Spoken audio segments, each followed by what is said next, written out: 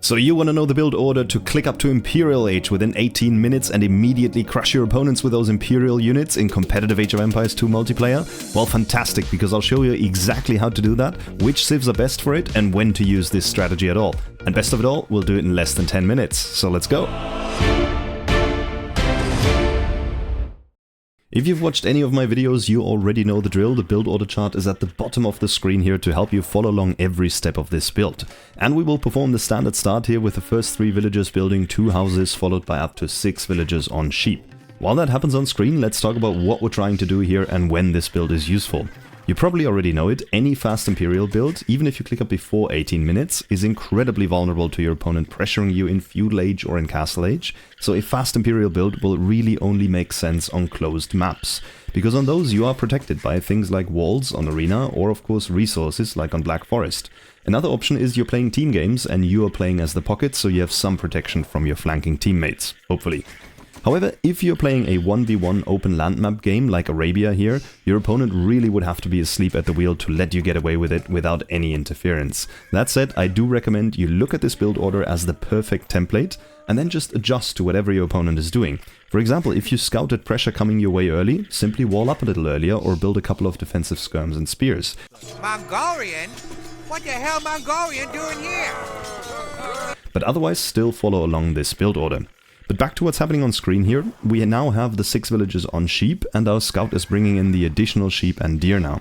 Next up we're going to send 4 villagers on wood. This is a couple more than you see in the Fast Feudal or Fast Castle build order, and the reason is that we'll be starting to build farms by the end of Dark Age already, and we need a lot of wood for the upbuildings since we'll be racing through the ages. As for the 6 villagers on food before we go on wood, remember that is the magic number to keep your villager production constant. After the 4 on wood, we simply send the next few villagers on to hunt, so get your boars and remaining deer and sheep in. As always, we try to minimize our idle eco time and idle TC time, but also the rotting of our hunt under the TC, so as a rule of thumb, try and never have more than 2 dead animals under your TC. Let's briefly talk about the civilizations here while we have the time. There are of course a few different types of Fast Imperial Age builds. Some include a 4 TC economy boom, others will include a castle, but the one I'm showing you here today is a 32 villager into units build, for which the Turks are possibly the best civilization in the game. However, you can absolutely play this build order with any other civ, but for it to make sense you need some sort of advantage within the early Imperial Age, whether that's for units or tech, doesn't matter. The Turks have a whole bunch of advantages, with the most important one here probably being that they get free chemistry in Imperial Age, which means you can build hand cannoneers and bombard cannons immediately in Imperial Age. And also their scout line upgrades for free all the way to Hussar. The anti-unit against our hand cannoneers are of course skirmishes, which happen to be counted by Hussars. The anti-unit against your opponent playing a monk and siege push, Hussars. So you really have an unstoppable early Imperial Age push if you make it there with the Turks. And if that's not enough, gold miners also work 20% faster and gunpowder units get plus 25% HP. Other civs to consider here are the Bulgarians, where their militia line upgrades for free, and blacksmiths work faster for an all-infantry push. You can also try the Byzantines. They have an Imperial Age that costs 33% less, and buildings get plus 40% HP by the time you hit Imperial Age, which means all of your building walls will hold up better against pressure from your opponent, and skirms and spears are cheaper, which again helps you to defend until you reach your Imperial Age composition, hopefully earlier than your opponent. Also the Malay are fantastic, where advancing to the next age is 66% faster, and for example battle elephants get drastically cheaper as you reach Castle Age and Imperial Age, and you get free infantry armor upgrades along the way to defend again. Let's speed things up here while we get to 12 villagers on hunt under the TC. After that we will send 4 to berries to avoid too much bumping of villagers under the TC. Once we get to 20 vills, we will add 3 more to wood to have 7 in total there. And then the final Dark Age villager goes to gold, meaning we click up with 24 villagers and our scout.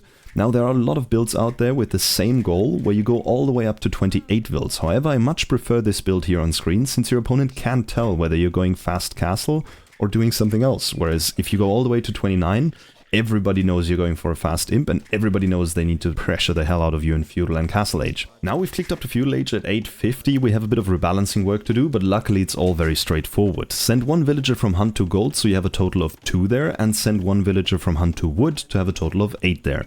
And as the hunt starts to run out, build up to 5 farms and send the rest to berries, which means for a short period of time you have 9 on berries. That is of course quite a lot of bumping, however we are going to use 2 of them very shortly for building our Feudal Age buildings, so the inefficiency really only is for a few seconds. As for farms, make sure you don't build all 5 of them at exactly the same time, because that means they all expire at exactly the same time, and that is 300 wood replacement cost, which you might not have available all at once later. You've seen it here a few seconds ago as well. I didn't just queue up Feudal Age, but also Loom and 2 villages for Feudal Age, and I set the gather point on gold. It's always good to get that out of the way when you have the time anyway, because also what we're going to do now is build another house, so take a Berryville and go ahead and do that. Given how vulnerable this strategy is, by the way, make sure all of your buildings really form part of your natural building walls towards your opponent. Once in Feudal Age, the first 2 things you want to do is take 2 vills from berries to build a market and a blacksmith. And here we go, we hit Feudal Age and immediately drop the 2 buildings. The other thing that this build order allows you to do is get double bit axe right away, which is a vital boost to your wood income, so don't forget to click that right away. It pays back well before Imperial Age, so definitely worth getting, but it is the only eco upgrade that we're going to get here. Remember, the point of this build order is to end the game in early imp, not to build a massively booming economy at the beginning. As soon as you have dropped the market and blacksmith, start taking vills off of berries to build farms until you have about 10 and 2 on berries. Don't worry too much about your blacksmith and market being visible at the front, by the way. You need them for protection, and if your opponent is any good, your uptime will already have told them that you are either going for a fast castle or a fast imp. Either way, the blacksmith and the market don't add any further information to that. The 2 vills out of the TC will go to gold, so you have 4 there, and as you'll see, we have the perfect resource balance to click right up to Castle Age at only 1227. And again, the cool thing about this build order really is that you can still change your plans at this point and simply play a full Castle Age here without any disadvantage. I'm a big fan of keeping build orders flexible for you, so you know you can switch around when the game requires it. In terms of rebalancing, as I said, we are working towards 10 farms, but we'll also need 2 more vills from berries to go to gold, so we have 6 there. Otherwise, the way up to Castle Age is pretty chill, so let's go double time. Again, it's already worth queuing a few villages in the TC. We will build a total of 6 in Castle Age, of which the first 2 will go to stragglers and farms once we have the wood for it. The next 2 will go to gold, and the final 2 will go on wood. As you're on your way up, it's also worth refreshing the lumber camp to improve efficiency there, by the way. A rule of thumb, I believe, is somewhere between 2 to 3 tiles is where you should refresh it. The first thing to actually do when you hit Castle Age is take 1 berry villager to build a siege workshop and university or monastery as your 2 up buildings. As we're producing 6 villages, 1 building villager is more than enough to finish on time on all of these buildings until you click Imperial. Alright, so here we go, we are in Castle Age. I'll leave this on warp speed since there isn't much to add. We have the siege workshop and the university incoming. Obviously in a real game, you would try to configure your base in a way that the siege workshop is forward rather than the back, and you'll also focus a bit more on scouting. But again, you probably won't play this strategy in a 1v1 Arabia game, so it doesn't matter too much for the sake of the demonstration here. I should also add my execution here obviously isn't perfect. This build can definitely result in you clicking up before minute 18 and well before that. So have a go at that and put it in the comments down below to let me know which times you can achieve with this build. And here it is clicking up to Imperial Age at minute 18, and I'm pretty certain we had the resources at 1759 already. But anyway, we have a bit of rebalancing and preparation to do for Imperial Age now. You'll notice in a minute that a few farms run out, and we want to build a barracks and an archery range for our hand cannoneers, as well as saving up for our bombard cannons, so we need a ton of wood urgently. So we take 4 gold miners, as well as the villager who is building your up buildings, and the last berry villager, to build a second lumber camp on a different wood line. Once you have replaced a few farms, take 2 of those wood villages to build a house, a barracks, and at least 1 archery range. If all this means one of your food villages is idle for a few seconds, by the way, don't worry about it too much. Food will not be a bottleneck. In fact, we will likely balance out our economy a little by selling food to ensure that bombard cannons and hand cannoneer production is pumping. With this build order, you should be able to produce non-stop out of at least 1 archery range and 1 siege workshop, and you can really wipe out any Castle Age unit your opponent might have off the map easily, and you can even take down castles and TCs. This strategy is killer.